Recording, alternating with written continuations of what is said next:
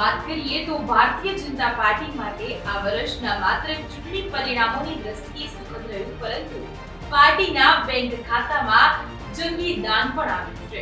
ભાજપને 2023-24 લોકો, ટ્રસ્ટો અને કોર્પોરેટ ગૃહો તરફથી દાન તરીકે ₹2244 કરોડ મળ્યા છે, જે 2022-23 મળેલા દાન કરતા 3 ગણા વધારે છે. બીજી તરફ કોંગ્રેસને 2023-24 લગભગ 289 કરોડ રૂપિયા મળ્યા હતા, જ્યારે ગયા વર્ષે તેને 79.9 કરોડ રૂપિયા મળ્યા હતા. ભાજપ અને કોંગ્રેસ બંનેને પ્રુડન્ટ ઇલેક્ટોરલ તરફથી સૌથી વધુ દાન મળ્યું હતું. તેણે ભાજપને ₹723 કરોડ અને કોંગ્રેસ 156 કરોડ રૂપિયા દાન આપ્યું હતું.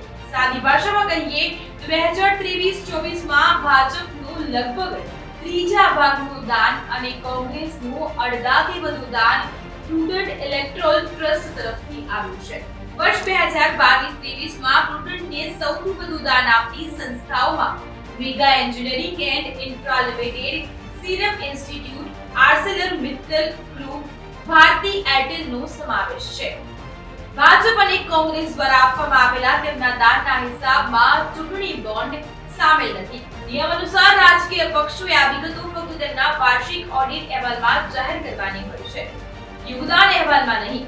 ફેબ્રુઆરી 2024 સુપ્રીમ કોર્ટે ઇલેક્ટોરલ બોન્ડ સ્કીમનો રદ કરી હતી. ત્યારથી રાજકીય પક્ષો માટે ભંડોળનો સૌથી મોટો સ્ત્રોત સીધા નાણાં અથવા ચૂંટણી ટ્રસ્ટ દ્વારા પ્રાપ્ત નાણાં છે.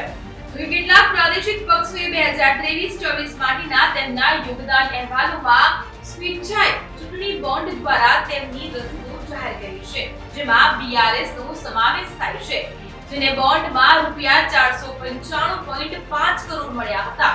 DMK ને ₹60 કરોડ અને YSR કોંગ્રેસને ₹121.5 કરોડ મળ્યા છે.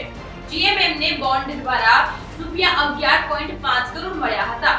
ભાજપે પાછલા વર્ષની સરખામણીમાં 2023-24 તેના યોગદાનમાં 212% વધારો નોંધાવ્યો હતો. જોકે આ અસામાન્ય નથી, કારણ કે તે સામાન્ય ચૂંટણી પહેલાનું વર્ષ હતું. 2019ની સામાન્ય ચૂંટણીના એક વર્ષ પહેલા 2018-19 ભાજપને 742 કરોડ રૂપિયા અને કોંગ્રેસ 146.8 કરોડ રૂપિયા મળ્યા હતા. ભાજપને ચૂંટણી ટ્રસ્ટ દ્વારા ₹850 કરોડ મળ્યા, જેમાંથી 723 કરોડ પ્રુડન્ટ પાસેથી, 127 કરોડ ટ્રાયમ્ફ ઇલેક્ટોરલ ટ્રસ્ટમાંથી અને ₹17.2 લાખ અંગેજી ઇલેક્ટોરલ ટ્રસ્ટ પાસેથી મળ્યા છે. આવા સ્પેશિયલ રિપોર્ટ માટે આપ જોતા રહો.